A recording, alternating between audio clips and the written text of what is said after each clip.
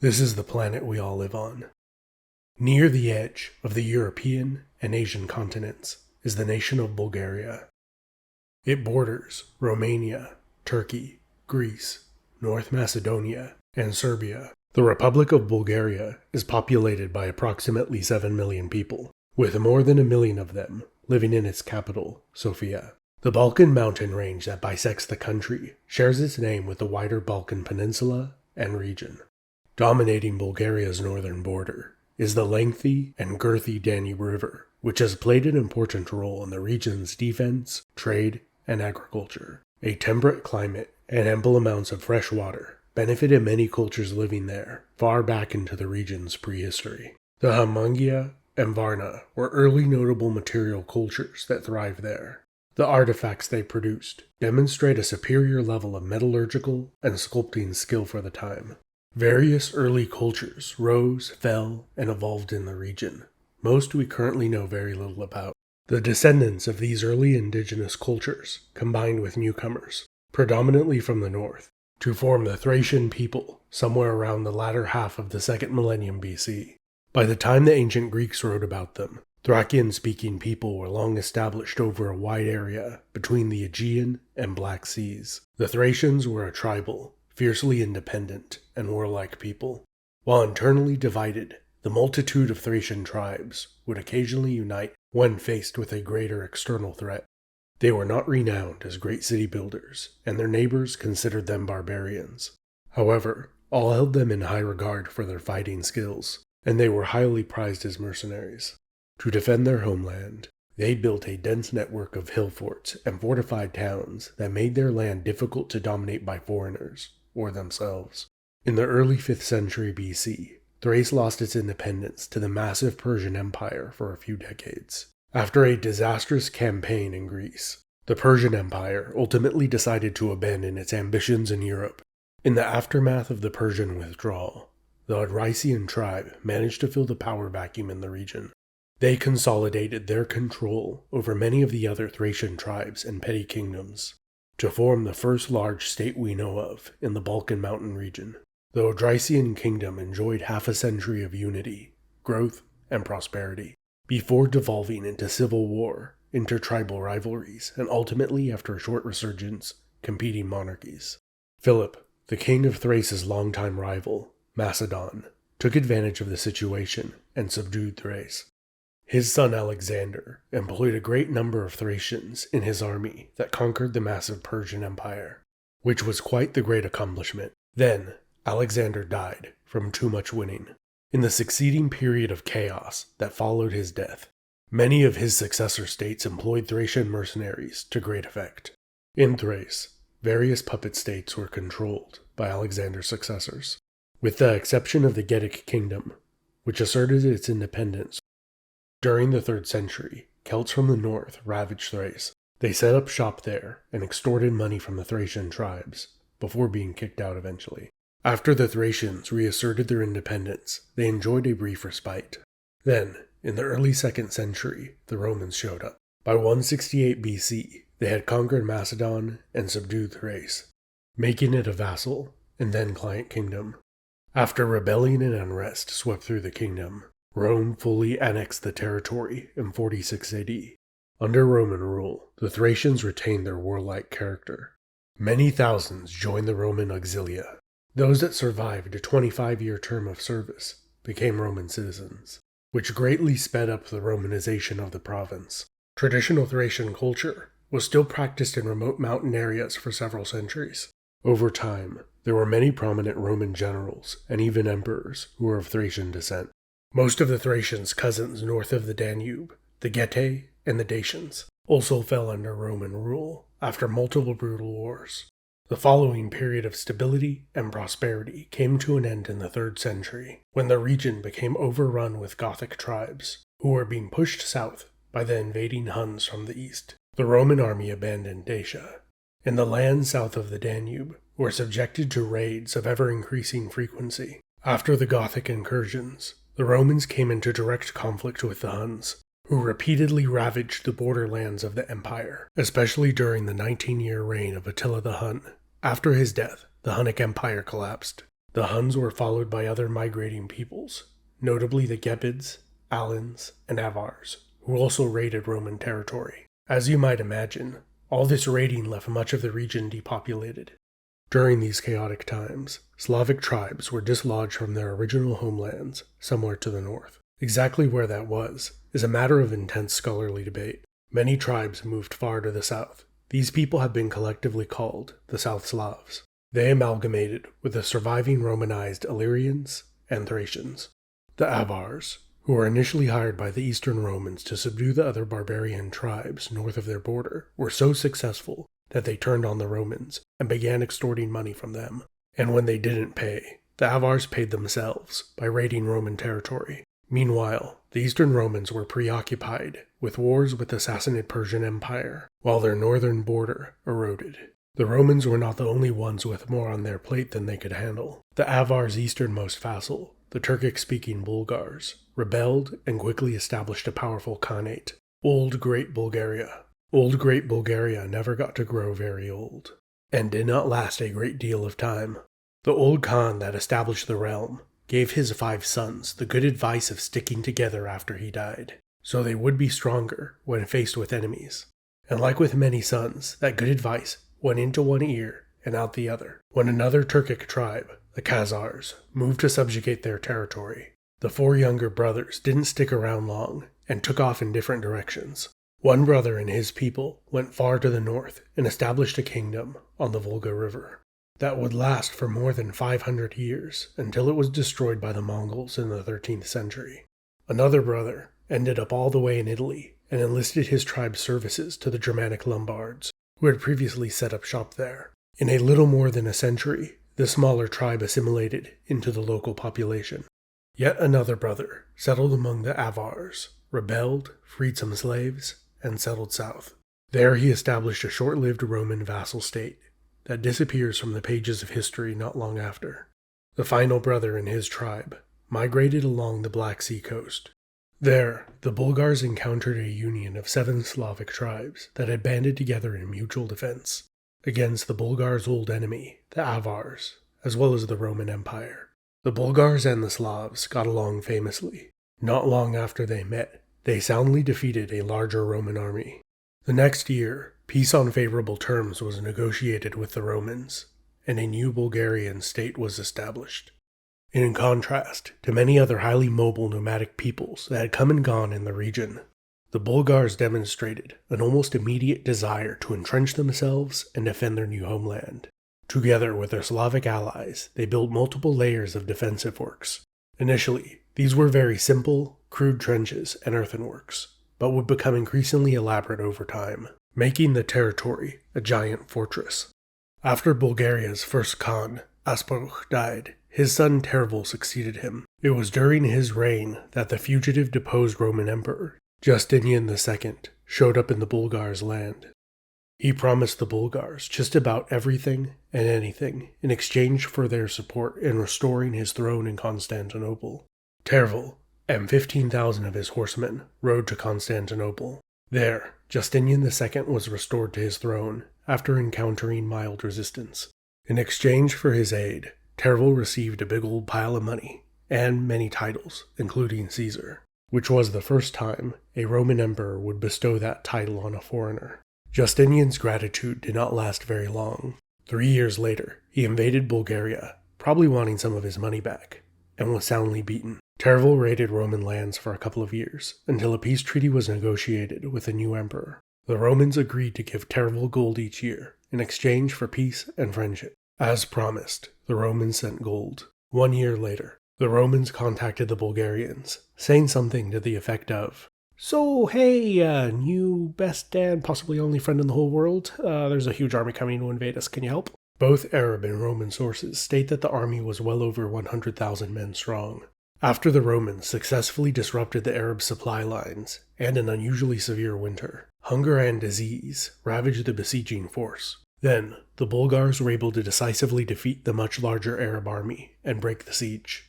Tervel ended his reign on peaceful terms with the Romans, and his country was far more strong, wealthy, and prestigious than when his reign had begun. Following Tervel's reign was more than 3 decades of relative peace and stability. Then, for 5 decades, the Romans and Bulgars waged a long series of largely inconclusive wars with each other. Little territory changed hands, and peace treaties were frequently made and quickly broken.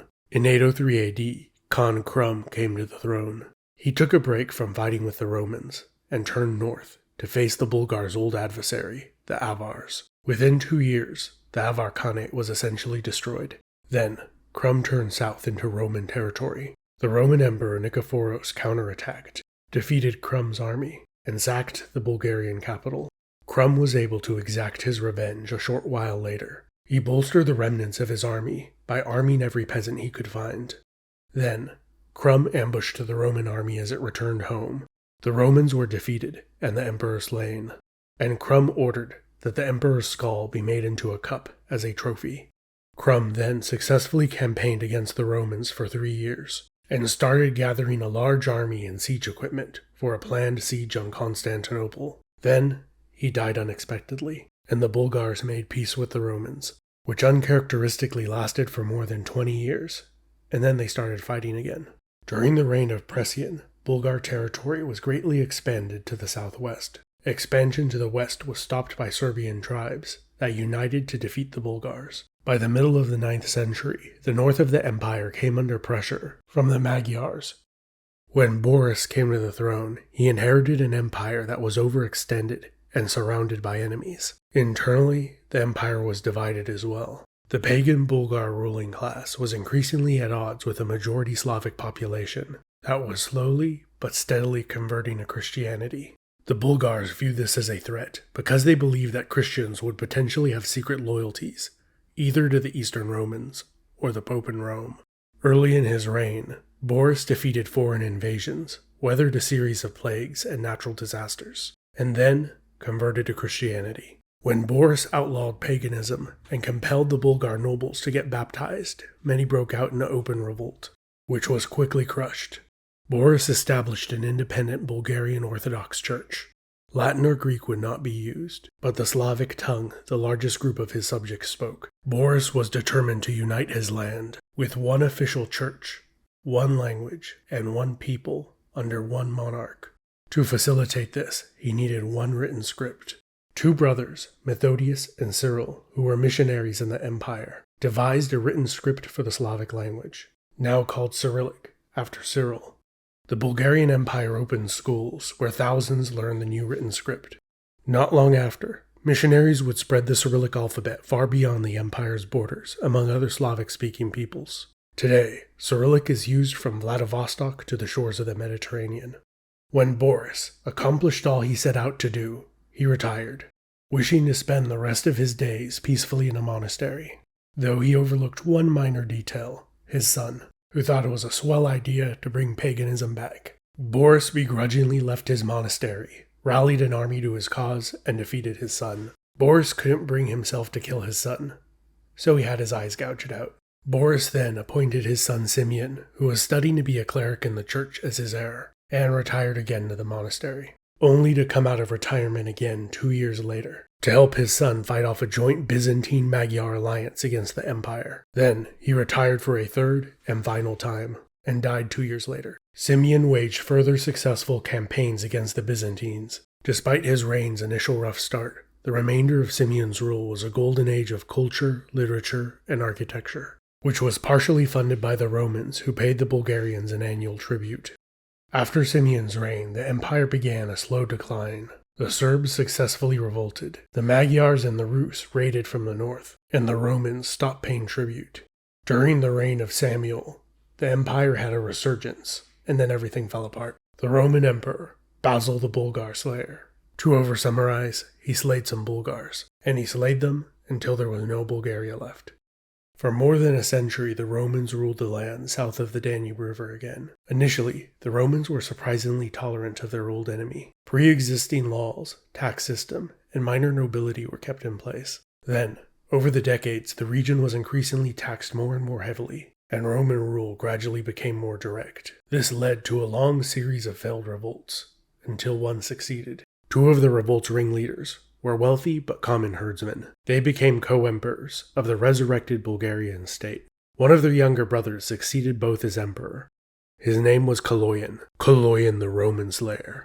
And as you might expect, he had some minor disagreements and border clashes with the Romans. Then, a fearsome fanatical flotilla of frustrated Franks forayed forth on the failed Fourth Crusade. Forgetting Jerusalem, the cantankerous Catholic crusaders cunningly captured Constantinople instead. Kaloyan waged war on the new empire to his south. He captured the braggadocious bandit Baldwin, who had made himself emperor of the new Latin Empire. The Latin Empire is a modern term. At the time, the crusading corsairs continued to call the empire they had captured Roman. Kaloyan also called them Romans. Hence, after the rampage he went on, conquering and killing crusaders, civilians, Catholic or otherwise alike, he called all the dead Romans, hence the Roman Slayer. Then, the Roman Slayer was slayed during a siege, or died from sickness, accounts vary. During the reign of his successor, Bulgaria lost territory, and was plagued with internal uprising. Ivan Anson II seized the throne after successfully uprising. He expanded the Second Bulgarian Empire to the height of its power and prestige. The Bulgarian capital city of Tarnovo became a prominent economic and religious center during his reign, filling some of the vacuum left by the ransacked Constantinople. And the city during this time has been referred to as a Third Rome or Second Constantinople.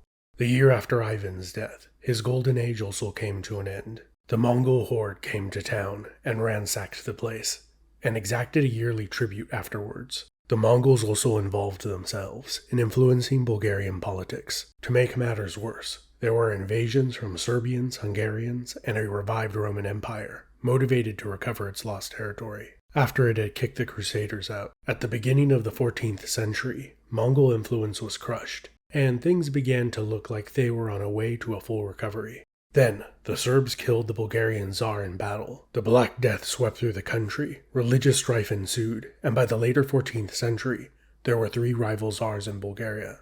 This was the situation when the Ottoman Turks arrived in Europe. The exhausted, squabbling remnants of the once mighty Bulgarian Empire were torn apart, piece by piece. Bulgaria would remain part of the Ottoman Empire for nearly 500 years. During all that time, Bulgarian religion, culture, and history were preserved through the written word. Every century of Ottoman rule had at least one major uprising in Bulgaria. In 1774, the rising power of Imperial Russia promised to protect the Bulgarians if Christians were ever threatened in the Balkans. A century later, in 1875, the Ottomans severely dealt with another Bulgarian uprising. Tens of thousands of Bulgarian militants and civilians were massacred in the uprising and its aftermath. Russia was horrified to hear of the events in the Balkans. In response, they invaded with an army 260,000 strong. More than 200,000 men died on all sides from battle and disease. In the treaties ending the conflict, 2 semi-autonomous Bulgarian states were established, which were later united in 1885. In 1908, when Turkey was busy with internal upheaval, the Bulgarians declared their independence, and the Kingdom of Bulgaria was established. In order to survive, the Third Bulgarian state had to be heavily militarized, and it would earn the nickname, the Balkan Prussia.